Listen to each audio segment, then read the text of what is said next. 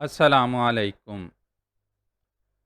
فیاض گنگناتا ہوا فلیٹ کی سیڑھیاں چڑھتا گیا۔ اس کا چہرہ خوشی سے دمک رہا تھا اور باتیں کھل کر کانوں تک چلی گئی تھیں۔ آنکھوں میں فتح اور مسرت کی چمک تھی۔ اس کے جسم پر سپریڈنٹ کی وردی تھی اور وہ یوں اچھل اچھل کر دو دو سیڑھیاں چڑھ رہا تھا جیسے دشمن کی فوج کو شکست دینے کے بعد فاتح جرنیل مفتوحہ کیمپ میں داخل ہوتا ہے۔ فلیٹ کا دروازہ کھلا ہوا تھا اور سامنے ہی صوفے پر عمران دونوں ہاتھوں سے سر پکڑے اکڑوں بیٹھا ہوا تھا۔ اس کا انداز ایسا تھا جیسے زبردست پریشانیوں اور مصائب کا بوجھ اس اکیلے کے سر پر آ پڑا ہو۔ کبھی تو خوش بھی ہو جایا کرو، ہر وقت روتے ہی نظر آتے ہو، فیاض نے برا سا منہ بناتے ہوئے عمران سے مخاطب ہو کر کہا۔ عمران کی حالت دیکھ کر اس کا سارا موڈ چوپٹ ہو گیا تھا۔ خوشیاں تو مجھ سے روٹھ چکی ہیں سپر فیاض۔ سماج نے مجھے اتنے تھپڑ مارے ہیں کہ سماج کے اپنے ہاتھ تھک گئے ہیں اور سماج اب اپنے بازوؤں کی مالش کر رہا ہے۔ میرے لیے تو خوشیاں بھی آنسو بہا رہی ہیں، اتنے آنسو بہا رہی ہیں کہ ہر طرف سیلاب آ چکا ہے۔ آنکھوں میں کشتیاں بلکہ موٹر لانچیں چل رہی ہیں اور ملک و قوم کا پیٹرول ضائع کر رہی ہیں۔ عمران نے فلموں کے ہیرو جیسی اداکاری کرتے ہوئے کہا، جہاں سماج تمہیں تھپڑ مار مار کر تمہارا کچھ نہیں بگاڑ سکا، وہاں میرا ایک ہی تھپڑ کافی ہوگا۔ کیا خیال ہے؟ فیاض نے جھنجھلائے ہوئے لہجے میں کہا۔ باوردی سماج، ارے خدا کی پناہ، اس کا تو تھپڑ ہی بڑا زوردار ہوتا ہے۔ اسے تھپڑ کہنا تو تھپڑ کی توہین ہے، اسے تو جھانپڑ کہنا چاہیے۔ عمران نے خوفزدہ لہجے میں کہا۔ اچھا اب یہ اداکاری چھوڑو، خدا کی قسم آج زندگی کا لطف آیا ہے۔ سر رحمان نے جب 8 غیر ملکیوں کی لاشیں بکھری ہوئی دیکھیں تو ان کا چہرہ کھل اٹھا۔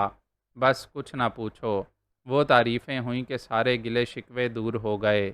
فیاض نے مسکراتے ہوئے کہا۔ وہ فلمی سٹوری بھی سنا دی؟ عمران نے حیران ہو کر پوچھا۔ ہاں میں نے مرچ مسالہ لگا کر سنا دی، بڑا لطف آیا، میں اکیلا اور 8 مسلح غیر ملکی مجرم۔ فیاض نے آنکھیں پھاڑتے ہوئے جواب دیا۔ کوئی اعتراض، کوئی جرا؟ عمران نے اشتیاق آمیز لہجے میں پوچھا۔ ارے تم اعتراض کی بات کر رہے ہو؟ سر رحمان کی تو خوشی سے باچھیں کھل رہی تھیں۔ انہوں نے فوراً صدر مملکت کو رپورٹ دی۔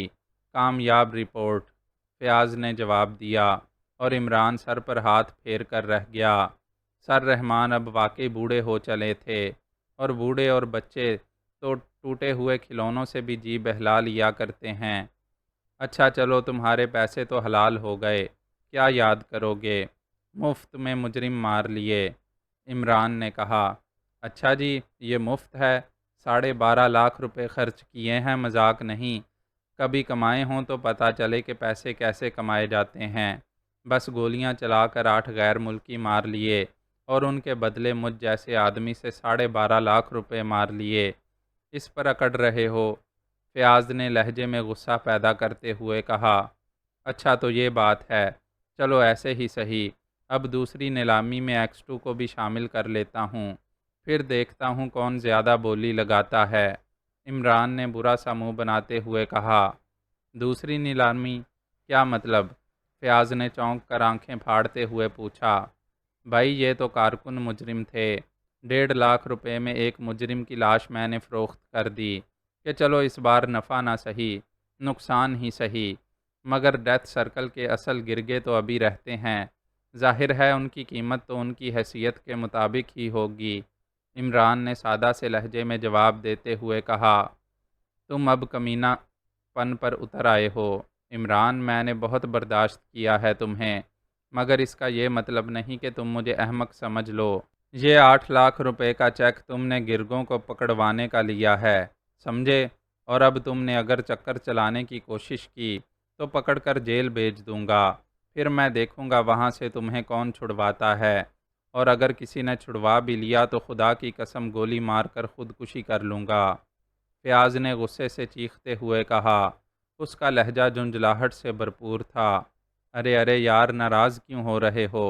بھائی تم میرے دوست ہو، تمہاری کامیابی میری کامیابی ہے، ایک دوست کو 12 لاکھ روپے دینے سے تمہیں تکلیف ہوئی ہے تو کوئی بات نہیں، تم اپنے چیک واپس لے لو، میرا گزارا تو رو پیٹ کر ہو ہی جائے گا، مگر ایک دوست تو خوش ہوگا۔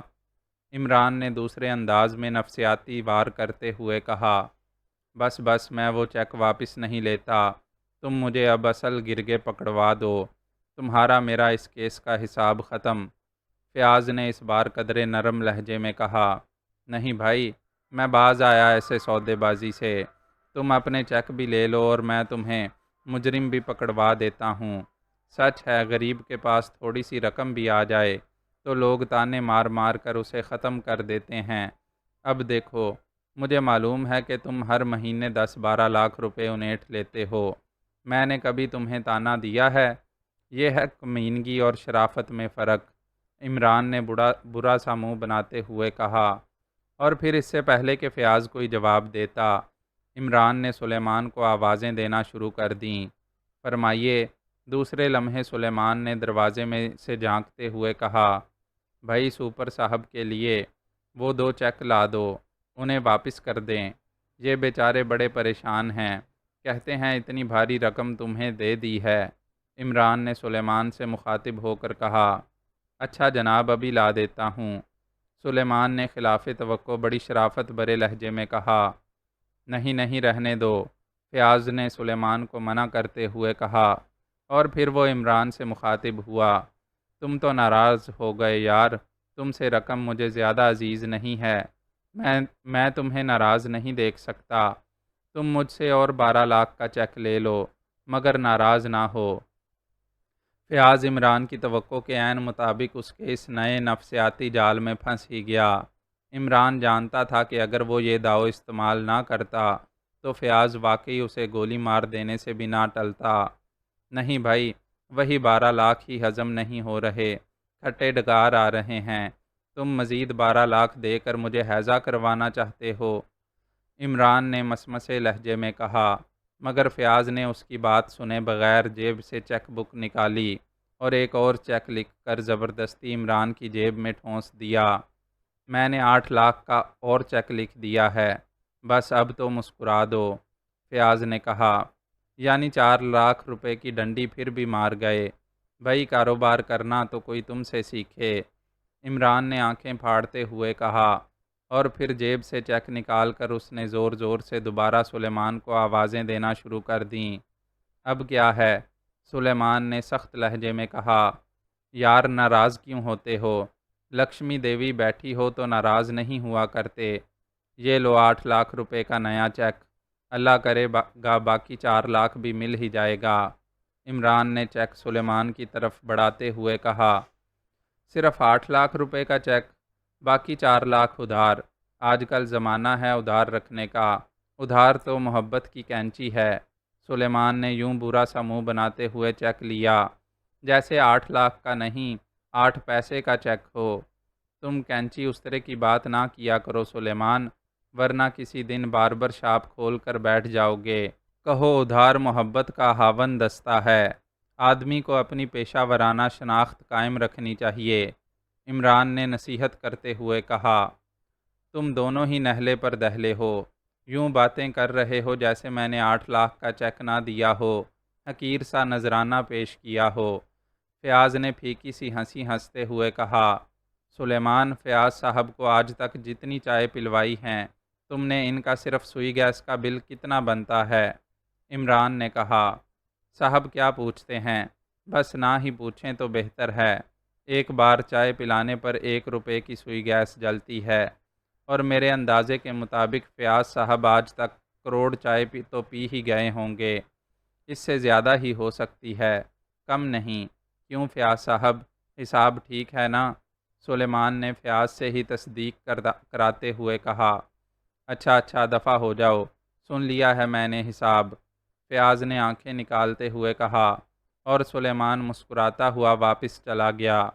چلو یہ بھی اچھا ہے تمہیں حساب کا پتہ چل گیا، حساب رکھنا اچھی بات ہے، آدمی سے بھول چوک نہیں ہوتی۔ عمران نے بڑے فلسفیانہ انداز میں سر ہلاتے ہوئے کہا، تم گولی مارو حساب کتاب کو، وہ شہلا اور راجر کہاں ہیں؟ فیاض نے جھنجھلائے ہوئے لہجے میں کہا۔ ہاں بھائی، اب تو گولی ہی مارنی پڑے گی، باقی رقم تو ڈوب ہی گئی۔ اچھا خیر، کبھی زندگی رہی تو حساب بھی پورا ہو جائے گا، عمران نے کہا، اور پھر وہ اٹھ کر کھڑا ہو گیا۔ آؤ بھائی، اب باقی پیسے بھی حلال کر لیں، عمران نے اٹھتے ہوئے کہا، اور فیاض بھی اچھل کر کھڑا ہو گیا۔ وہ دونوں ہی آگے پیچھے چلتے ہوئے فلیٹ سے نیچے اترے۔ فیاض کی سرکاری گاڑی وہاں موجود تھی۔ عمران بڑے اطمینان سے دروازہ کھول کر بیٹھ گیا۔ باوردی ڈرائیور پہلے سے ہی اسٹیئرنگ پر موجود تھا۔ فیاض بھی عمران کے ساتھ ہی بیٹھ گیا۔ کہاں چلنا ہے؟ فیاض نے ڈرائیور کے سامنے بڑے کرخت لہجے میں عمران سے مخاطب ہو کر پوچھا۔ جہاں جی چاہے لے چلو، سرکاری پیٹرول ہے، کون پوچھتا ہے، عمران نے بڑے ٹھنڈے لہجے میں کہا۔ اوہ پلیز، فیاض نے سرگوشیانہ لہجے میں کہا، اور ساتھ ہی اس نے سیٹ کے نیچے ہاتھ بھی جوڑ دیے۔ اچھا اچھا، میں سمجھ گیا، تم شہر کی بجائے مضافات جانا چاہتے ہو، چلو ٹھیک ہے، گلشن کالونی چلو، سنا ہے وہاں بڑی اچھی کوٹھیاں بنی ہیں، میں نے بھی کوٹھی بنوانی ہے، شاید کوئی نقشہ ہی پسند آ جائے، عمران نے سر ہلاتے ہوئے کہا۔ ڈرائیور، فیاض نے عمران کی بات ختم ہوتے ہی تحکمانہ لہجے میں کہا۔ یس سر، ڈرائیور نے فوراً مؤدب ہو کر جواب دیا۔ گلشن کالونی چلو، فیاض نے کہا، اور ڈرائیور نے سر ہلاتے ہوئے گاڑی آگے بڑھا دی، اور پھر مختلف سڑکوں سے گزرنے کے بعد تھوڑی دیر بعد گاڑی گلشن کالونی میں داخل ہو گئی۔ کوٹھی نمبر 110 تلاش کر لو، سنا ہے بڑے جدید ڈیزائن کی ہے، عمران نے کہا، اور پھر وہ باہر دیکھنے لگا جیسے کوٹھیوں کے نمبر پڑھ رہا ہو، اور پھر تھوڑی دیر بعد ڈرائیور نے ایک درمیانی قسم کی کوٹھی کے گیٹ کے سامنے گاڑی روک دی۔ اس پر 110 کا نمبر صاف پڑا جا رہا تھا۔ آؤ بھائی، اندر چل کر ڈیزائن اچھی طرح دیکھ لیں، عمران نے دروازہ کھول کر نیچے اترتے ہوئے کہا، اور فیاض بھی فوراً نیچے اتر آیا۔ کوٹھی کا پھاٹک کھلا ہوا تھا، اس لیے وہ دونوں اطمینان سے اندر داخل ہو گئے۔ پورچ میں ایک کار موجود تھی، اور بس باقی کوٹھی سنسان پڑی ہوئی تھی۔ یہ تو کوٹھی خالی معلوم ہوتی ہے، فیاض نے برا سا منہ بناتے ہوئے کہا۔ کوئی بات نہیں، خالی ہوگی تو اطمینان سے ڈیزائن دیکھ لیں گے، عمران نے کہا، اور وہ دونوں پورچ میں پہنچ گئے۔ عمران کو بھی احساس ہو گیا تھا کہ کوٹھی خالی ہے، اس کا مطلب ہے پنچھی اگر تھے بھی تو اڑ چکے تھے۔ عمران نے کوٹھی کی تلاشی لینی شروع کر دی، اور پھر مختلف کمروں میں گھومنے کے بعد آخر کار وہ تہہ خانے میں پہنچ ہی گیا، جہاں 4 مقامی آدمیوں کی لاشیں پڑی ہوئی تھیں۔ لو بھائی، 4 لاکھ تو اتر گیا، سنبھالو 4 لاشیں، عمران نے مسرت بھرے لہجے میں کہا۔ اوہ مگر یہ تو مقامی ہیں، فیاض نے کہا۔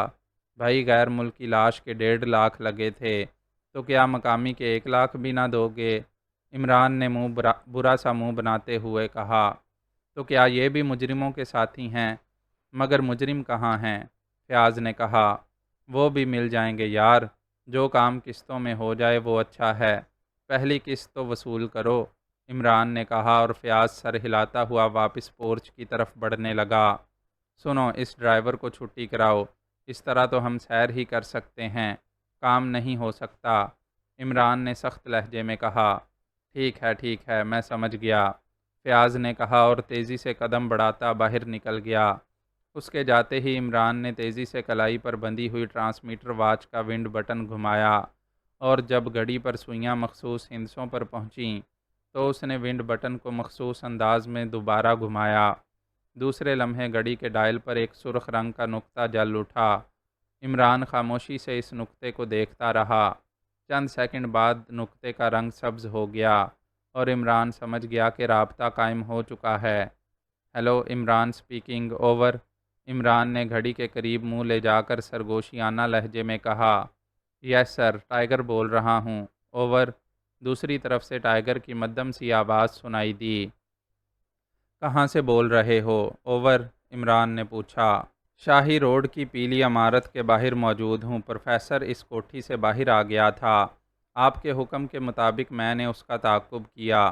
وہ کوٹھی سے نکل کر جوزفین کلب گیا، اس نے کار باہر چھوڑی، اور تقریباً 10 منٹ تک عمارت کے اندر رہا، پھر واپس آ کر وہ دوبارہ کار میں سوار ہوا اور وہاں سے سیدھا اس عمارت میں آ گیا ہے۔ اس وقت بھی اندر موجود ہے۔ اوور، ٹائیگر نے تفصیل بتاتے ہوئے کہا۔ کوٹھی کے اندر گولیاں چلنے کی آواز بھی سنی تھی تم نے؟ اوور، عمران نے پوچھا۔ نہیں جناب، ایسی کوئی آواز نے سنائی نہیں دی تھی، حالانکہ میں کوٹھی سے بالکل نزدیک رہا ہوں۔ اوور، ٹائیگر نے جواب دیا۔ اچھا تم ایسا کرو، یہاں سے سیدھے جوزفین کلب جاؤ اور وہاں جا کر معلوم کرو کہ پروفیسر وہاں کس سے ملنے گیا تھا۔ اوور، عمران نے اسے ہدایت دیتے ہوئے کہا۔ بہتر جناب، رپورٹ ٹرانسمیٹر پر ہی دوں؟ اوور، ٹائیگر نے جواب دیا۔ ہاں مگر جلدی۔ اوور، عمران نے جواب دیا۔ ٹھیک ہے، میں پتہ کر لوں گا، میرے چند واقف وہاں موجود ہیں۔ اوور، ٹائیگر نے جواب دیا۔ Okay over and all, Imran نے کہا اور ونڈ بٹن دبا کر اس نے رابطہ ختم کیا، اور پھر سوئیاں گھما کر اس نے وقت درست کیا۔ اس کی گھڑی میں ڈبل ٹائم سسٹم تھا، یعنی ہندسوں کے ذریعے بھی وقت دکھائی دیتا تھا اور گھڑی کی سوئیوں کی مدد سے بھی، اس لیے اسے وقت درست کرنے میں کوئی دشواری پیش نہ آئی۔ اسی لمحے فیاض واپس آ گیا۔ میں نے ڈرائیور کو ہیڈ کوارٹر اطلاع دے کر بھیج دیا ہے، وہاں سے لوگ پہنچ جائیں گے، فیاض نے جواب دیا۔ اوکے، آؤ اب باقی 4 لاکھ بھی اتار ہی دوں، عمران نے سر ہلاتے ہوئے کہا، اور پھر تیزی سے باہر کی طرف چل پڑا۔ فیاض اس کے پیچھے تھا۔ اس بار فیاض ڈرائیونگ سیٹ پر تھا۔ اب کہاں چلنا ہے؟ فیاض نے گاڑی کوٹھی سے باہر نکالتے ہوئے پوچھا۔ وہیں جہاں سے تم بے عزت ہو کر نکلے تھے، عمران نے مسکراتے ہوئے کہا۔ کیا مطلب؟ فیاض نے چونکتے ہوئے پوچھا۔ ارے ہاں، یہ تو میں بھول ہی گیا تھا کہ تم ہر جگہ سے بے عزت ہو کر ہی نکلتے ہو، اس لیے تمہیں خاص شناخت بتانی پڑے گی۔ بھائی وہیں جہاں پروفیسر گھوش نے تمہیں بھیجا تھا، عمران نے اسپاٹ لہجے میں کہا، اور فیاض اسے گھور کر رہ گیا، مگر اس نے جواب دینے کی بجائے گاڑی آگے بڑھا دی۔ فیاض لاکھ مشتعل مزاج سہی، لیکن اسے اتنا ہوش ضرور تھا کہ اگر اس نے ذرا بھی غصہ دکھانے کی کوشش کی تو عمران ایک بار پھر بگڑ جانا ہے، اور پھر اسے منانا مشکل ہو جائے گا۔ ایک بات سوچ لو، اس بار اگر چھاپا ناکام ہوا تو سر رحمان مجھے گولی مار دیں گے۔ فیاض نے چند لمحے خاموش رہنے کے بعد کہا۔ کوئی بات نہیں، پھانسی چڑھ جائے گا نا ڈیڈی، چڑھنے دو، کم از کم جائیداد تو میرے قبضے میں آئے گی، مجھے تم جیسے لوگوں کی منتیں تو نہیں کرنی پڑیں گی، عمران نے سر ہلاتے ہوئے جواب دیا، اور فیاض خون کا گھونٹ پی کر رہ گیا۔ ظاہر ہے جو اپنے باپ کے متعلق ایسے فقرات کہنے سے نہ ٹلتا تھا، وہ فیاض کو کہاں بخش سکتا تھا۔ تھوڑی دیر بعد فیاض کی گاڑی شاہی روڈ پر پہنچ گئی، اور شاہی روڈ پر پہنچتے ہی اس نے گاڑی کی رفتار آہستہ کر لی۔ کیا اس عمارت کے اندر جانا ہے؟ فیاض نے پوچھا۔ نہیں، باہر کہیں آڑ میں روک لو، مجھے پہلے مراقبہ تو کر لینے دو، عمران نے سر ہلاتے ہوئے کہا، اور فیاض نے گاڑی ایک طرف روک لی۔ عمران خاموش بیٹھا تھا، اس کے ذہن میں الجھن نمایاں تھی۔ کوٹھی خالی ہونے اور وہاں مقامیوں کی لاشیں ملنے کا مطلب تھا کہ مجرم غائب ہو چکے ہیں، اور ظاہر ہے پروفیسر موجود تھا۔ اگر وہ مجرم ہوتا تو اس طرح کبھی نہ رہتا۔ پھر آخر یہ پروفیسر کا کیا رول ہے، اور مجرم کون ہیں؟ شہلا اور راجر کہاں ہیں؟ ان سوالوں کا جواب نہ مل رہا تھا۔ ابھی انہیں وہاں رکے ہوئے تھوڑی ہی دیر ہوئی تھی کہ اچانک عمران کی کلائی پر ضربیں لگنی شروع ہو گئیں۔ یار فیاض، دیکھنا اس عمارت کا کوئی عقبی دروازہ تو نہیں ہے، ایسا نہ ہو ہم یہاں بیٹھے رہیں اور پروفیسر فرار ہی ہو جائے۔ عمران نے کلائی پر ضربیں لگتے ہی فیاض سے مخاطب ہو کر کہا۔ ظاہر ہے وہ فیاض کے سامنے ٹائیگر سے بات نہ کرنا چاہتا تھا۔ تو کیا میں خود جا کر دیکھوں؟ فیاض نے یوں حیرت بھرے لہجے میں کہا جیسے ایسا کام اس کے شان شان نہ ہو۔ نہیں، اپنی وردی کو بھیج دو، تم بے شک یہاں بیٹھے رہو، یا پھر دوسری صورت ہے کہ وردی کو یہاں ڈال دو اور خود جا کر دیکھ آؤ، عمران نے برا سا منہ بناتے ہوئے کہا۔ یہ عجیب مصیبت ہے، میں سپریڈنٹ نہ ہوا سپاہی بن گیا، فیاض نے بڑبڑاتے ہوئے کہا، اور پھر دروازہ کھول کر نیچے اتر گیا۔ عمران کے لبوں پر مسکراہٹ تیرنے لگی۔ وہ فیاض کی مشکل سمجھتا تھا۔ فیاض کو یہ کام اپنے عہدے کے لحاظ سے گھٹیا معلوم ہو رہا تھا۔ فیاض کے جاتے ہی عمران نے تیزی سے ونڈ بٹن کو مخصوص انداز میں دبایا۔ Hello tiger speaking, over. Button دبتے ہی دوسری طرف سے ٹائیگر کی آواز سنائی دی۔ کیا رپورٹ ہے؟ اوور، عمران نے سخت لہجے میں کہا۔ جناب، پروفیسر یہاں ایک کمرے میں گیا تھا۔ اس کمرے کا دروازہ لاک تھا۔ میں نے ماسٹر کی سے جب اسے کھولا تو اندر ایک مقامی لڑکی کی لاش پڑی ہوئی ہے۔ اوور، ٹائیگر نے جواب دیا۔ مقامی لڑکی کی؟ کیا حلیہ ہے اس کا؟ اوور، عمران نے چونکتے ہوئے پوچھا، اور جواب میں ٹائیگر نے جو حلیہ بتایا وہ سنتے ہی عمران سمجھ گیا کہ ہلاک ہونے والی لڑکی شہلا کے علاوہ اور کوئی نہیں ہو سکتی۔ کیا کلب والوں کو اس کی ہلاکت کی اطلاع ہے؟ اوور، عمران نے پوچھا۔ نہیں جناب، میں نے خفیہ طور پر چیکنگ کی تھی۔ اوور، ٹائیگر نے جواب دیا۔ مگر تم نے پوچھ گچھ کی ہوگی، اور جب اس کمرے سے لاش ملے گی تو پھر بات تم پر بھی آ جائے گی۔ اوور، عمران نے کہا۔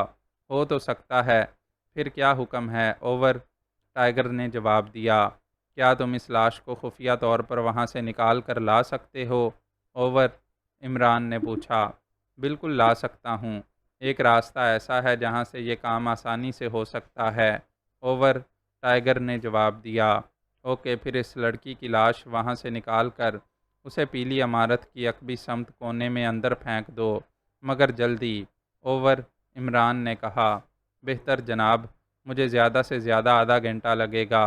اوور، ٹائیگر نے جواب دیا۔ لاش پھینک کر تم مین روڈ کی طرف آ جانا۔ وہاں میں فیاض کے ساتھ اس کی سرکاری گاڑی میں موجود ہوں۔ تم صرف پاس سے گزر جانا، میں سمجھوں گا کہ کام ہو گیا ہے۔ اوور، عمران نے ہدایات دیتے ہوئے کہا۔ بہتر جناب۔ اوور، دوسری طرف سے کہا گیا۔ تمہارے پاس موٹر سائیکل تو نہیں ہے؟ اوور، اچانک عمران نے کسی خیال کے تحت پوچھا۔ کار ہے جناب، موٹر سائیکل ہوتا تب میں لاش کیسے لے آتا؟ اوور، ٹائیگر نے جواب دیا۔ اوکے، فوراً کام شروع کر دو، مگر انتہائی ہوشیاری سے۔ اوور اینڈ آل، عمران نے کہا اور ونڈ بٹن دبا کر رابطہ ختم کر دیا۔ چند لمحوں بعد ہی فیاض بھی تیز تیز قدم اٹھاتا واپس آ گیا۔ وہاں کوئی دروازہ نہیں ہے، فیاض نے برا سا منہ بناتے ہوئے کہا۔ اس کے لہجے میں جھنجھلاہٹ تھی، جیسے اسے خواہ مخواہ تکلیف دی گئی ہو۔ مجھے پہلے ہی پتہ تھا، چلو تمہیں بھی پتہ چل گیا، عمران نے سپاٹ لہجے میں کہا، اور گاڑی کی نشست سے سر ٹکا کر آنکھیں بند کر لیں۔ اگر تمہیں پتہ تھا تو مجھے خواہ مخواہ دوڑایا، فیاض نے جھنجھلائے ہوئے لہجے میں کہا، مگر عمران نے کوئی جواب نہ دیا۔ وہ آنکھیں بند کیے گہری سوچ میں تھا۔ صورتحال واضح ہوتی چلی جا رہی تھی۔ پروفیسر کا کوٹھی سے نکلنا اور وہاں سے چار مقامی آدمیوں کی لاشیں ملنا، اور پھر پروفیسر کا جوزفین کلب میں جا کر شہلا کو قتل کرنا اور راجر کا غائب ہو جانا، اس سے تو ایک ہی بات کا پتہ چلتا تھا کہ پروفیسر اور راجر ایک ہی شخصیت کے دو نام ہیں۔ مگر صرف ایک الجھن تھی کہ جس وقت راجر ٹرنکورا ہوٹل میں تھا اس وقت پروفیسر یہاں موجود تھا، اور پھر پروفیسر نے ٹرنکورا ہوٹل میں راجر کو فون بھی کیا تھا۔ اس سے تو یہی ظاہر ہوتا تھا کہ وہ دونوں علیحدہ علیحدہ آدمی ہیں، مگر پھر راجر کہاں غائب ہو گیا، اور شہلا کا قتل اور کوٹھی کا خالی ہونا، مقامی محافظوں کا قتل، سب باتیں آپس میں الجھ گئی تھیں۔ اب تو ایک ہی صورت تھی کہ پروفیسر ہی اصل صورتحال بتا سکتا تھا، اور اس نے پروفیسر کو قابو میں کرنے کے لیے ہی شہلا کی لاش کو عمارت میں پھینکوانے کا پروگرام بنایا تھا۔ ظاہر ہے شہلا کی لاش عمارت سے ملنے کے بعد پروفیسر کی گرفتاری کا سرکاری جواز بن جاتا تھا، ورنہ تو پروفیسر نے پہلے کی طرح اب بھی اپنے سفارت خانے کی آڑ لینی تھی، اور فیاض بے بس ہو کر رہ جاتا۔ مسئلہ فیاض کا تھا۔ وہ چاہتا تھا کہ فیاض جس طرح پہلے بے عزت ہو کر نکلا تھا اور سر رحمان اور سر سلطان کو منتیں کرنا پڑی تھیں، اس کا بدلہ چکایا جائے، ورنہ اگر فیاض کا مسئلہ نہ ہوتا تو وہ پروفیسر کو خود ہی اغوا کر کے دانش منزل لے جاتا، اور پھر پروفیسر کے فرشتے بھی اصل صورتحال بتا دیتے۔ اب کیا یہاں بیٹھے ہی رہیں گے یا کچھ کرنا بھی ہے؟ فیاض نے عمران کی طویل خاموشی سے تنگ آ کر جھنجھلائے ہوئے لہجے میں کہا۔ صبر پیارے سپریڈنٹ، صبر۔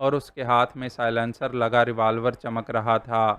ک شہلا نے ریوالور دیکھتے ہی خوفزدہ لہجے میں کچھ کہنا چاہا، مگر دوسرے لمحے چٹ کی آواز سنائی دی اور شہلا کا باقی فکرہ اس کے حلق میں ہی رہ گیا۔ گولی ٹھیک اس کے دل میں گھستی چلی گئی اور شہلا ایک جھٹکے سے بستر پر گر پڑی۔ وہ بیچاری چیخ بھی نہ سکی اور چند لمحوں بعد ہی بے حس و حرکت ہو کر رہ گئی۔ راجر نے ریوالور کی نال میں پھونک مار کر اسے واپس جیب میں ڈال دیا اور پھر اس نے تیزی سے کمرے کی تلاشی لینا شروع کر دی۔ وہ کوئی ایسی چیز یہاں نہیں چھوڑنا چاہتا تھا جس سے تنظیم کے ہیڈ کوارٹر کی نشاندہی ہو سکے، مگر وہاں ایسی کوئی چیز موجود ہی نہ تھی۔ مطمئن ہو کر اس نے ایک نظر مردہ شہلا پر ڈالی اور پھر دروازہ کھول کر باہر نکل آیا۔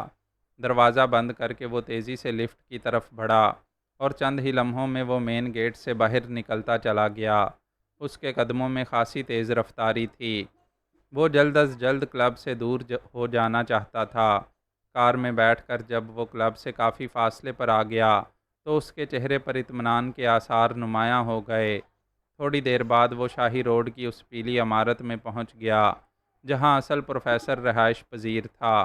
اس کی کار دیکھتے ہی دربان نے خود ہی پھاٹک کھول دیا اور راجر کار اندر پورچ میں لیتا چلا گیا۔ عمارت میں اور کوئی آدمی موجود نہ تھا، باقی لوگ شاید سائٹ پر گئے ہوئے تھے۔ دربان باہر ہی رہ گیا تھا، اس لیے راجر اطمینان سے پہلے تو پوری عمارت میں گھومتا رہا۔ وہ یہاں کے ہر پہلو سے واقف ہو جانا چاہتا تھا اور پھر اس نے ہر کمرے میں پڑے ہوئے سامان کی تلاشی لی۔ یہاں رہنے والے ہر انجینئر کا علیحدہ کمرہ تھا اور وہ ان کے سامان کو چیک کر کے ان کے ناموں اور کاموں سے واقفیت حاصل کرنا چاہتا تھا۔ اس لیے ایک گھنٹے کے طویل عرصے تک مسلسل مصروف رہنے کے بعد وہ مطمئن ہو کر اپنے کمرے میں آ گیا۔ اب وہ پروفیسر کا رول آسانی سے کچھ عرصے تک نبھا سکتا تھا۔ اس نے پروفیسر کے سامان اور اس کے ذاتی خطوط کی بھی پڑتال کی اور پھر وہ کرسی پر بیٹھ کر آئندہ کی منصوبہ بندی میں مصروف ہو گیا۔ اسی لمحے اسے دروازے پر دربان کی شکل نظر آئی۔ پروفیسر، اب آپ کی طبیعت کیسی ہے؟ دربان نے مؤدبانہ لہجے میں کہا۔ ٹھیک ہے، مگر تم پھاٹک چھوڑ کر یہاں کیوں آ گئے ہو؟ راجر نے پروفیسر کے لہجے میں بات کرتے ہوئے کہا۔ جناب، باقی ممبرز کے آنے کا وقت ہو گیا ہے، میں نے لنچ کا انتظام کرنا ہے نا؟ دربان نے حیرت زدہ لہجے میں کہا۔ اوہ اچھا، بس ایک پریشانی کی وجہ سے مجھے خیال نہیں رہا، راجر نے فوراً ہی بات سنبھالتے ہوئے کہا اور دربان سر جھٹکتا ہوا ایک طرف بڑھتا چلا گیا۔ راجر کچھ دیر سوچتا رہا۔ ایک لمحے کے لیے تو اسے خیال آیا کہ وہ فوراً مغربی جرمنی کے سفارت خانے بات کر کے واپسی کی ٹکٹ منگوا لے، مگر پھر اس نے اپنے آپ کو روک لیا۔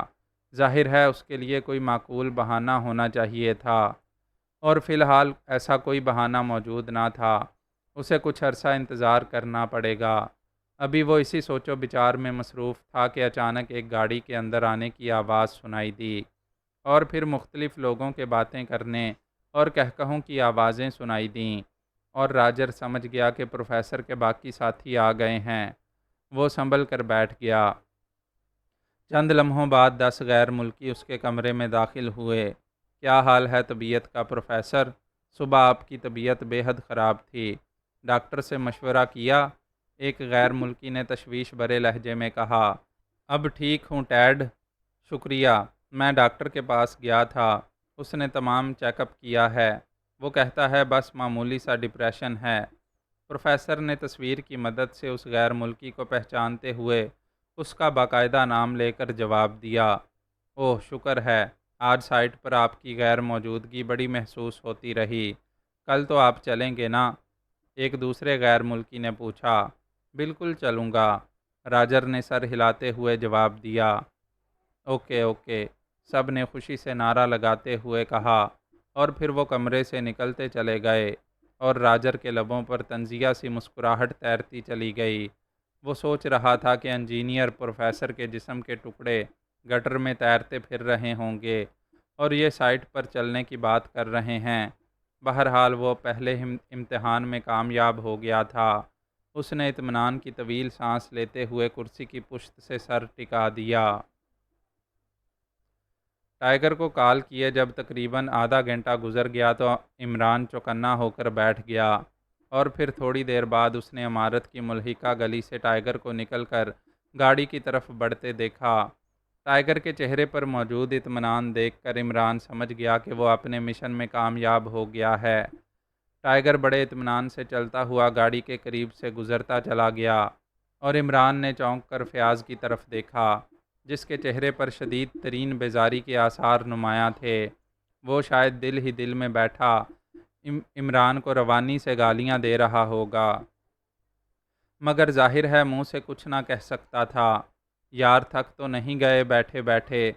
چاہو تو باہر سڑک پر لیٹ جاؤ، بلکہ سو جاؤ، میری طرف سے اجازت ہے، عمران نے مسکراتے ہوئے کہا۔ مزید میرا دل نہ جلاؤ، اب کب تک بیٹھنا ہوگا؟ فیاض نے چڑچڑے سے لہجے میں جواب دیتے ہوئے کہا۔ بس اب انتظار کی صبر آزما گھڑیاں ختم، میرا مراقبہ پورا ہو گیا ہے، عمران نے مسکراتے ہوئے کہا، اور فیاض نے اطمینان کا ایک طویل سانس لیا، مگر اس سے پہلے کہ وہ کچھ کہتا وہ دونوں ہی چونک پڑے، کیونکہ ایک اسٹیشن ویگن عمارت کے گیٹ پر رکی اور پھر پھاٹک کھلتے ہی اندر چلی گئی۔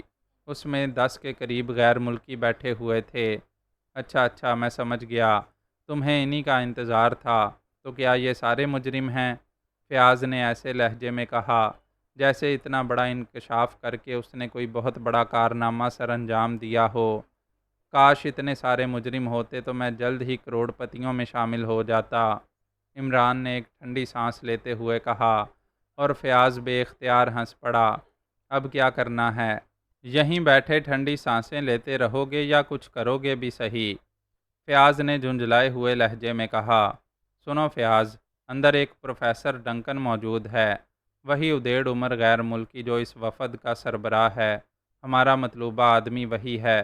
اب مسئلہ یہ ہے کہ میرا تمہارے ساتھ جانا لازمی ہے، مگر انہوں نے آسانی سے جان نہیں دینے، اور لامحالہ ڈیڈی کو بلانا پڑے گا، اور ڈیڈی نے مجھے تمہارے ساتھ دیکھ لیا تو پھر معاملہ خراب ہو جائے گا، عمران نے سر ہلاتے ہوئے کہا۔ اوہ ایسا مت کرنا، ورنہ سارے کیے کرائے پر پانی پھر جائے گا، فیاض نے بکھلا کر کہا۔ پھر تو ایک ہی صورت ہے کہ میں تمہارے ماتحت کا میک اپ کر لوں، بولو کس کا کروں؟ اور مجھے اس کا فوٹو بھی چاہیے، عمران نے کہا۔ ماتحت کو چھوڑو، وہ تو سر رحمان دیکھتے ہی پہچان لیں گے، وہ ایک ایک آدمی کی رگ رگ سے واقف ہیں، کوئی اور تجویز سوچو، فیاض نے جواب دیا۔ ارے ہاں، یہ ٹھیک رہے گا، میرا دماغ بھی اب تمہاری صحبت میں رہتے رہتے فیل ہو رہا ہے۔ وہ پروفیسر گھوش کیسا رہے گا؟ مخبر اعلیٰ، عمران نے چونکتے ہوئے کہا۔ ارے ہاں، ٹھیک ہے، بالکل ٹھیک ہے، میں سر رحمان سے کہوں گا کہ میں نے پروفیسر کو ڈھونڈ نکالا، اور پروفیسر کی بات سچی نکلی، فیاض نے خوش ہوتے ہوئے کہا، کیونکہ اس طرح اس کی کارکردگی مزید نمایاں ہوتی تھی۔ اور عمران نے کوٹ کی اندرونی جیب سے ایک چھوٹا سا باکس نکالا اور اسے کھول کر سامنے رکھ دیا، اور پھر اس کے ہاتھ تیزی سے چلنے لگے، کیونکہ گاڑی ایک طرف کھڑی تھی، اس لیے کسی کے خاص طور پر دیکھنے کا سوال ہی پیدا نہ ہوتا تھا۔ عمران کے ہاتھ تیزی سے چلتے رہے، اور ساتھ والی سیٹ پر بیٹھا ہوا فیاض حیرت سے اس جادوگری کو دیکھتا رہا۔ عمران کے چہرے کے نقوش تیزی سے بدلتے جا رہے تھے، چہرے پر جھریاں ابھر آئی تھیں، سر کے بالوں میں سفیدی جھلک آئی تھی، اور اب بال کھچڑی کی صورت اختیار کر گئے تھے، رنگ بھی بدل گیا تھا۔ عمران نے میک اپ باکس میں لگے ہوئے آئینے کو دیکھا، اور پھر ایک طویل سانس لیتے ہوئے میک اپ باکس میں سے چھوٹے چھوٹے 2 کلپ نکال کر نتنوں میں فٹ کر دیے۔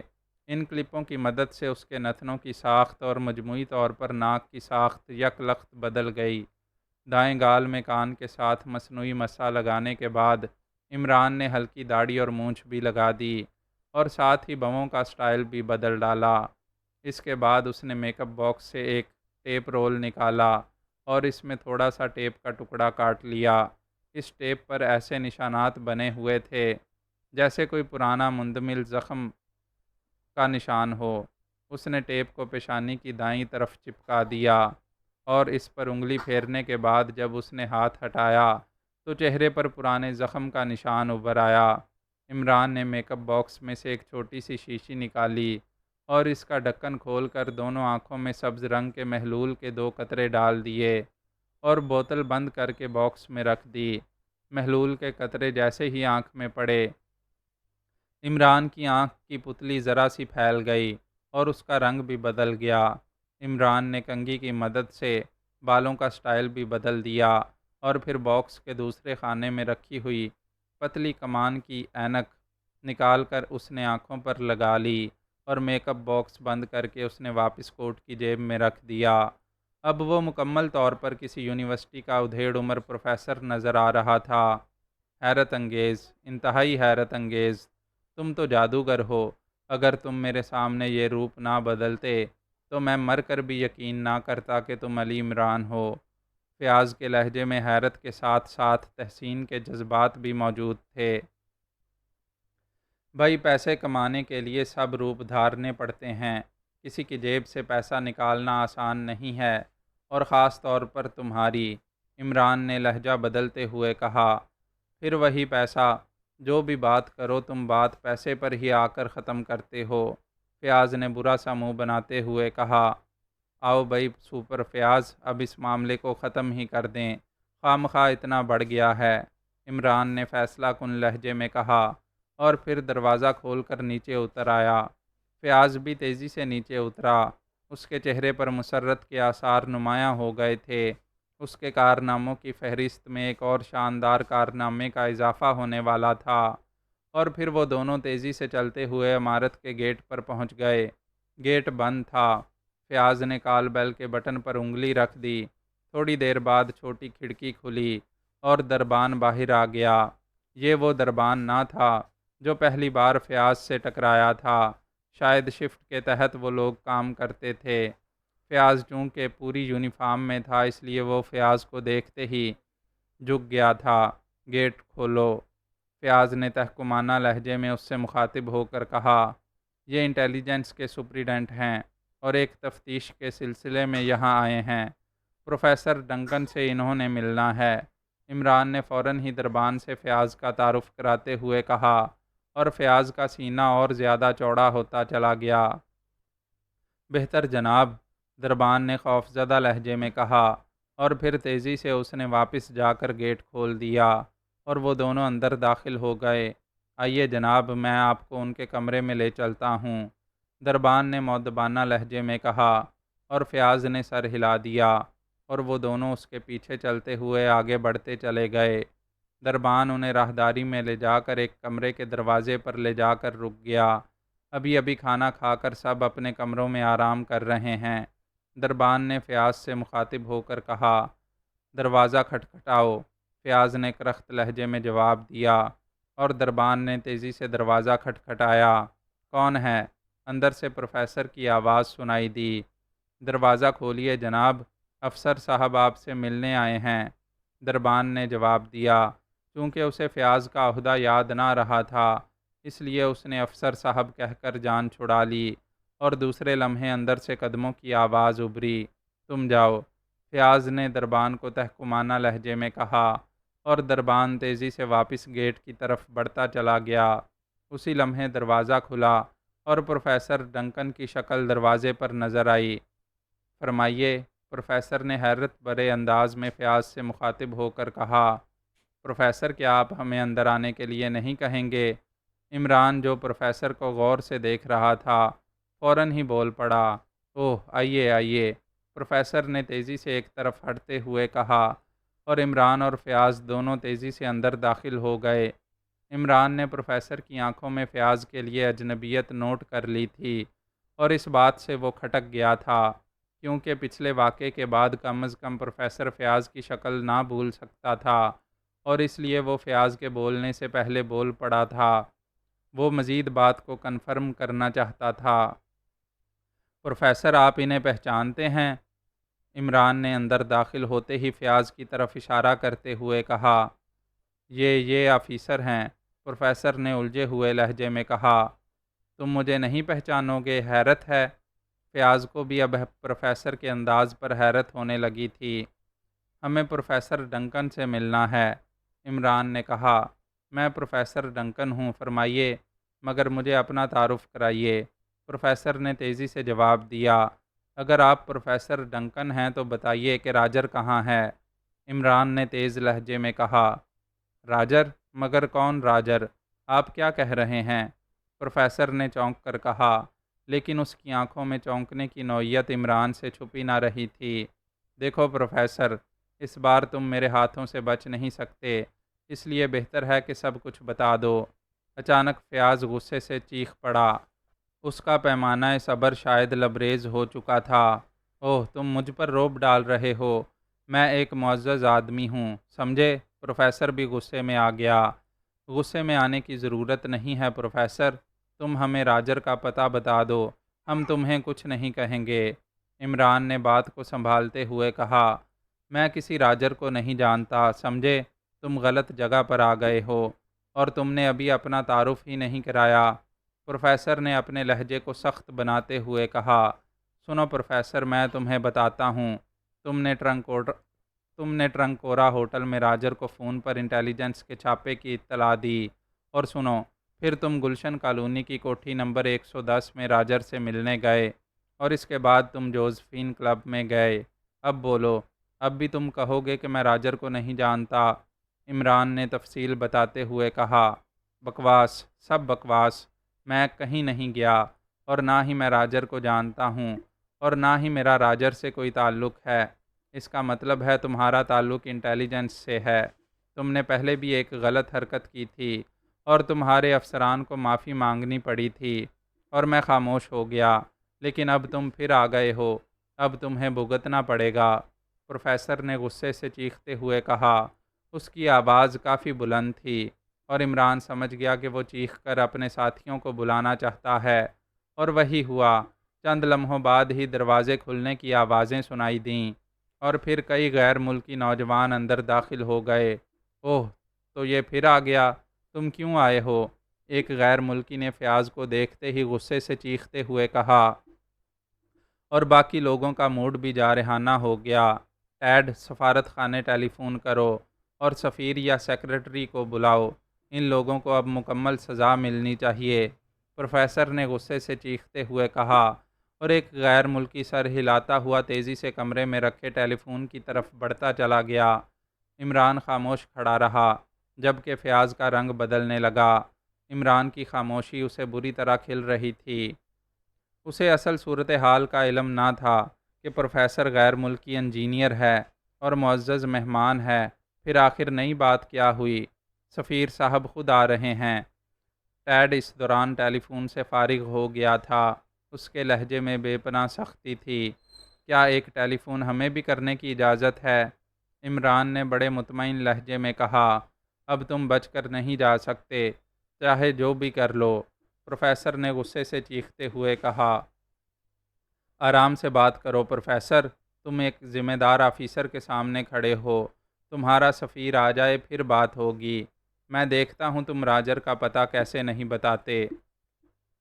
ہمارے پاس مکمل ثبوت ہے کہ تم راجر کو جانتے ہو، عمران نے بڑے سنجیدہ اور باوقار لہجے میں کہا، اور اس کا انداز ایسا تھا کہ پروفیسر اور دوسرے غیر ملکی یکدم خاموش ہو گئے، اور عمران نے آگے بڑھ کر ٹیلی فون کا ریسیور اٹھایا، اور دوسرے لمحے اس نے تیزی سے نمبر گھمانے شروع کر دیے۔ ہیلو، دوسری طرف سے ایک اور آواز سنائی دی، سر سلطان سے بات کراؤ جلدی، عمران نے سخت لہجے میں کہا۔ بہتر جناب، دوسری طرف سے بولنے والا شاید عمران کے لہجے سے مرعوب ہو گیا، اور چند لمحوں بعد سر سلطان کی آواز سنائی دی۔ سلطان سپیکنگ، کون صاحب ہیں؟ سر سلطان نے سخت لہجے میں کہا۔ میں پروفیسر گھوش بول رہا ہوں سر سلطان، سپریڈنٹ فیاض میرے ساتھ ہے، عمران نے اپنے اصل لہجے میں کہا۔ اوہ، تم عمران، تم، مگر یہ پروفیسر گھوش، کیا مطلب؟ سر سلطان نے الجھے ہوئے لہجے میں کہا۔ وہ عمران کی اصل آواز پہچان گئے تھے، اس لیے ان کے منہ سے بے اختیار عمران کا لفظ نکل گیا تھا۔ میں پروفیسر گھوش ہوں جناب، آپ فوراً شاہی روڈ کی پیلی عمارت میں آ جائیے، جہاں غیر ملکی انجینئرز ٹھہرے ہوئے ہیں، وہاں ان کے سفارت خانے کا سفیر بھی آ رہا ہے، آپ فوراً پہنچ جائیں، حالات خراب ہیں، عمران نے تیز لہجے میں کہا۔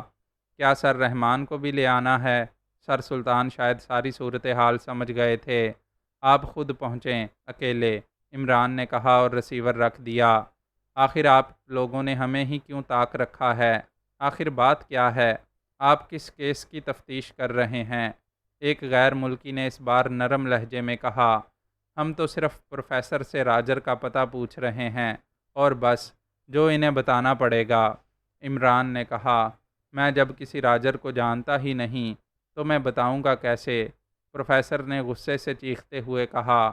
آپ کو بتانا ہوگا پروفیسر، ہم مجسموں کو بھی بولنا سکھا دیتے ہیں، عمران نے سخت لہجے میں کہا۔ اور پھر اس سے پہلے کہ پروفیسر کوئی جواب دیتا، اچانک کئی کاروں کے اندر آنے کی آواز سنائی دی اور کئی غیر ملکی تیزی سے باہر کی طرف لپکے۔ مجھے بتاؤ کہ آخر اب ہوگا کیا؟ یہ پروفیسر مجرم ہے، فیاض نے گھبرائے ہوئے لہجے میں عمران کے کان میں سرگوشی کرتے ہوئے کہا۔ سب ٹھیک ہو جائے گا، گھبراؤ مت، عمران نے سر ہلاتے ہوئے کہا۔ اسی لمحے ایک ادھیڑ عمر باوقار غیر ملکی اندر داخل ہوا۔ اس کے پیچھے پروفیسر کے ساتھیوں کے علاوہ چند اور غیر ملکی بھی تھے۔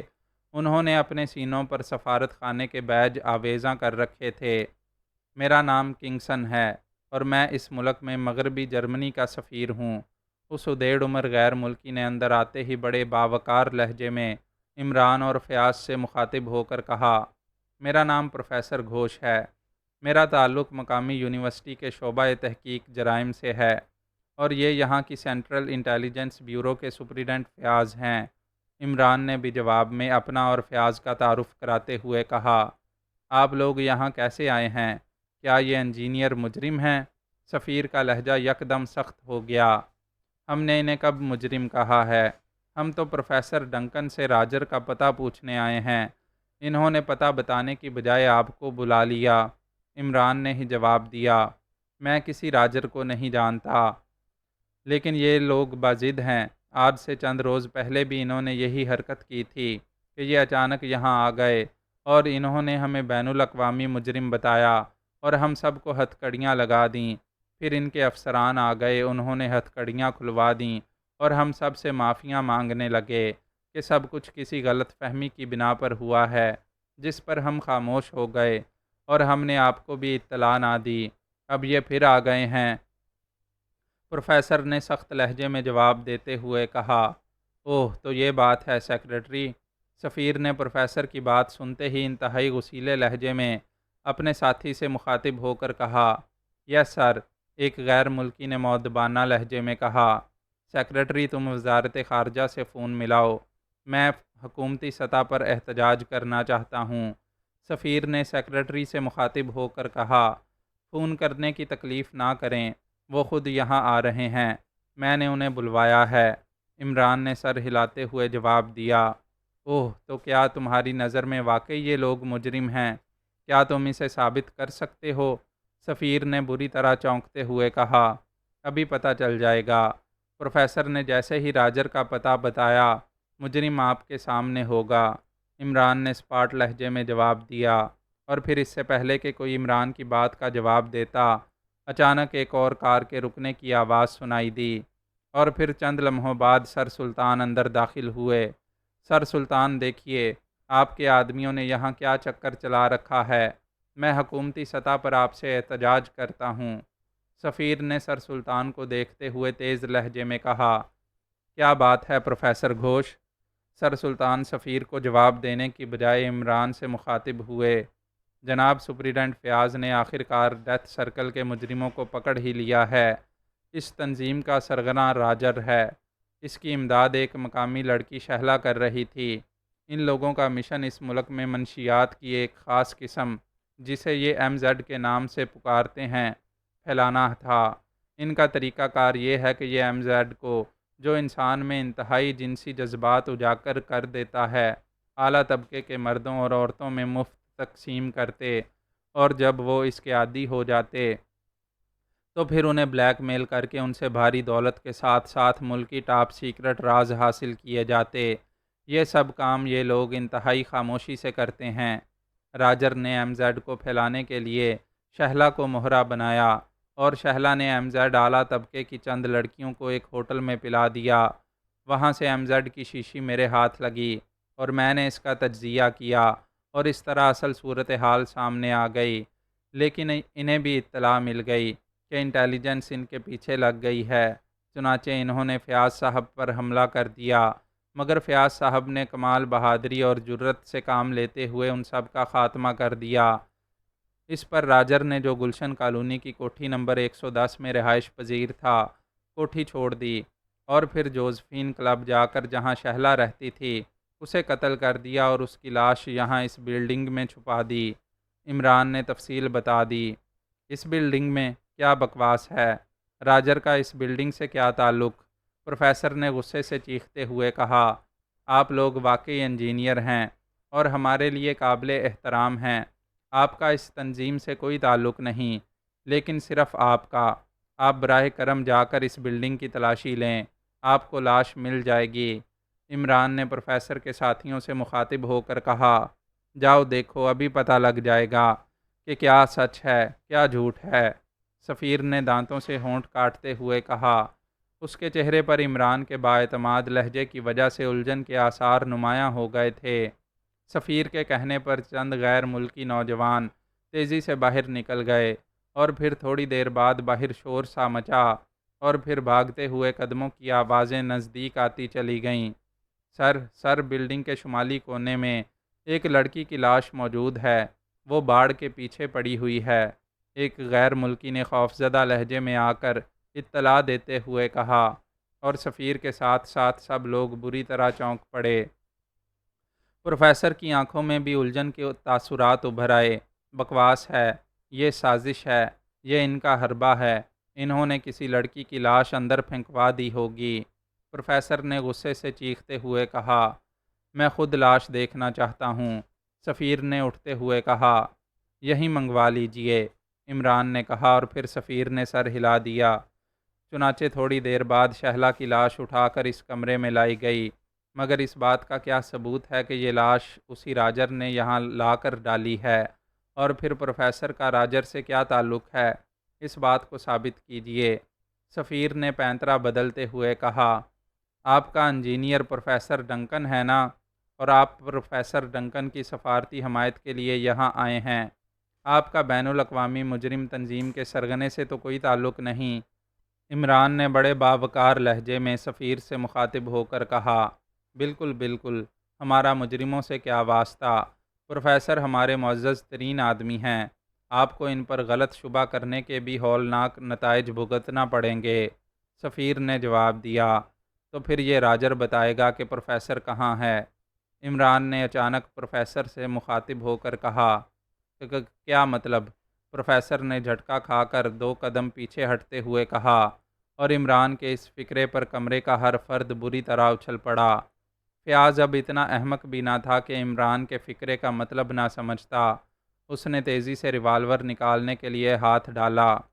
تم بکواس کر رہے ہو، مجھ پر الزام لگا رہے ہو، پروفیسر نے چیختے ہوئے کہا، مگر اس کا لہجہ صاف چغلی کھا رہا تھا کہ وہ شدید طور پر بوکھلا گیا ہے۔ میک اپ اتار کر دکھا دوں؟ میری نظریں میک اپ کے اندر کی اصلی شکل کو بھی پہچانتی ہیں، عمران نے مسکراتے ہوئے کہا، مگر دوسرے لمحے سر سلطان کی چیخ سے کمرہ گونج اٹھا۔ پروفیسر نے کسی چیتے کی سی تیزی سے چھلانگ لگائی اور پلک جھپکنے میں اس نے قریب موجود سر سلطان کی گردن میں ہاتھ ڈال کر انہیں اپنے سینے سے چپکا لیا۔ اب اس کے ہاتھ میں ریوالور چمکنے لگا تھا۔ میں اس کو گولی مار دوں گا، ہٹ جاؤ، سب لوگ ہٹ جاؤ، راجر نے اس بار اپنی اصل آواز میں چیختے ہوئے کہا۔ بس جناب سفیر صاحب، اب آپ کو ثبوت مل گیا، اب تو آپ حکومتی سطح پر احتجاج نہیں کریں گے، عمران نے یوں مطمئن انداز میں کہا جیسے کوئی شعبدہ گر اپنی کامیاب شعبدہ گری کے متعلق رائے لے رہا ہو۔ ٹھیک ہے، مگر سفیر بری طرح بوکھلا گیا تھا۔ باقی انجینئرز بھی حیرت سے آنکھیں پھاڑے کھڑے تھے۔ ان کے خواب میں بھی یہ بات نہ آ سکتی تھی کہ پروفیسر ڈنکن کی بجائے یہ کوئی مجرم ہو سکتا ہے۔ فیاض نے تیزی سے ہولسٹر سے ریوالور کھینچا۔ وہ شاید جوش میں آ کر کچھ کرنا چاہتا تھا، مگر عمران نے ہاتھ کے اشارے سے اسے روکتے ہوئے کہا، صبر کرو فیاض، سر سلطان پٹھی مارنا جانتے ہیں، عمران نے مسکراتے ہوئے کہا، اور دوسرے لمحے ان سب کی آنکھیں مزید حیرت سے پھیلتی چلی گئیں جب اچانک سر سلطان کے جسم نے مخصوص انداز میں جھٹکا کھایا اور پروفیسر چیخ کر کسی گیند کی طرح ان کے سر کے اوپر سے ہوتا ہوا عمران اور فیاض کے سامنے پشت کے بل زمین پر آ گرا۔ اس کے ہاتھ سے ریوالور چھوٹ گیا تھا۔ پروفیسر کے گرتے ہی عمران کسی عقاب کی طرح اس پر جھپٹا اور چند لمحوں میں پروفیسر زمین سے اٹھ کر ان کے سامنے کھڑا تھا، مگر اس کی حالت یہ تھی کہ اس کے دونوں ہاتھ اس کی پشت پر مڑ کر عمران کے ہاتھوں میں جکڑے ہوئے تھے، اور پھر فیاض نے انتہائی تیزی سے ہتھ کڑی نکال کر اس کی دونوں کلائیوں کے گرد پھرتی سے ڈال کر کلپ لگا دیا اور عمران نے ہاتھ چھوڑ دیے۔ اب پروفیسر بری طرح بے بس ہو گیا تھا۔ واہ سر سلطان صاحب، آپ کو ورلڈ ریسلنگ چیمپئن ہونا چاہیے تھا۔ کیا داؤ مارا ہے، عمران نے ہنستے ہوئے کہا، اور سر سلطان مسکرا دیے۔ عمران نے ایک کیس کے بعد سر سلطان کو دو چار خطرناک قسم کے داؤ کی باقاعدہ ٹریننگ دی تھی تاکہ کسی بھی موقع پر وہ فوری طور پر اپنا بچاؤ کر سکیں، اور عمران نے اسی لیے جان بوجھ کر ایک داؤ کا نام لیا تھا، اور اس کا نام سنتے ہی سر سلطان نے انتہائی مہارت سے وہ داؤ لگا دیا، اور نتیجہ سب کے سامنے آ گیا۔ پانی اور تولیہ لاؤ، میں ابھی اس کا میک اپ صاف کر دیتا ہوں، عمران نے یوں ہاتھ جھٹکتے ہوئے کہا جیسے وہ سٹیج پر کھڑا نیا تماشا دکھانے کے موڈ میں ہو، اور پھر ایک انجینئر تیزی سے باہر بھاگا اور چند لمحوں بعد وہ ایک جگ میں پانی اور تولیہ لے کر آ گیا۔ عمران نے جیب سے میک اپ باکس نکالا اور اس میں سے ایک ٹیوب نکال کر اس کا پیسٹ پروفیسر کے چہرے پر مل دیا، اور پھر پانی سے اس کا منہ دھو کر جب اس نے اس کا منہ تولیے سے رگڑا تو پروفیسر کا میک اپ صاف ہوتا چلا گیا۔ اب وہاں راجر موجود تھا۔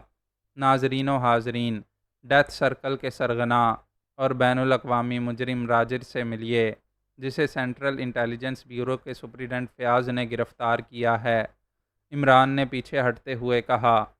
مگر پروفیسر ڈنکن کہاں ہے؟ سفیر اور پروفیسر کے ساتھیوں نے حیرت بھرے لہجے میں کہا۔ جہاں تک میرا خیال ہے اس نے پروفیسر کو ختم کر کے اس کا روپ دھار لیا ہے۔ پروفیسر بھی شاید اس کا ساتھی تھا، پھر پروفیسر کے روپ میں اس نے جوزفین کلب جا کر شہلا کو ختم کیا اور اس کے بعد یہاں آ گیا تاکہ پروفیسر کے روپ میں اسے سفارتی حمایت مل جائے اور اسی آڑ میں یہ یہاں سے فرار ہو سکے، مگر انٹیلیجنس کا سپرنٹینڈنٹ فیاض اسے کہاں چھوڑتا تھا؟ عمران نے تفصیل بتاتے ہوئے کہا۔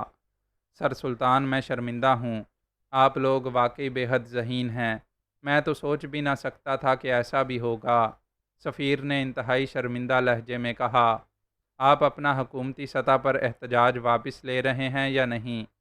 سر سلطان نے مسکراتے ہوئے کہا۔ اوہ، مجھے مزید شرمندہ نہ کریں، سفیر نے ندامت بھرے لہجے میں جواب دیتے ہوئے کہا۔ جناب، کیا آپ مجھے راستے میں ڈراپ کر دیں گے؟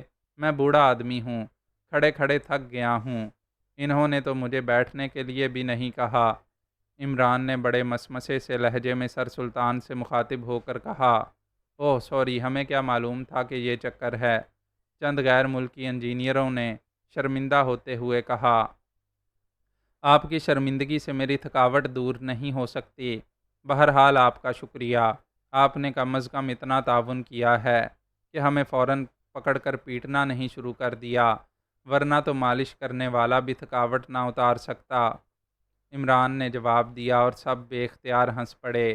آئیے آئیے پروفیسر، آپ جیسے معزز آدمی کو لفٹ دینا تو میرے لیے باعث افتخار ہوگا، سر سلطان نے مسکراتے ہوئے کہا۔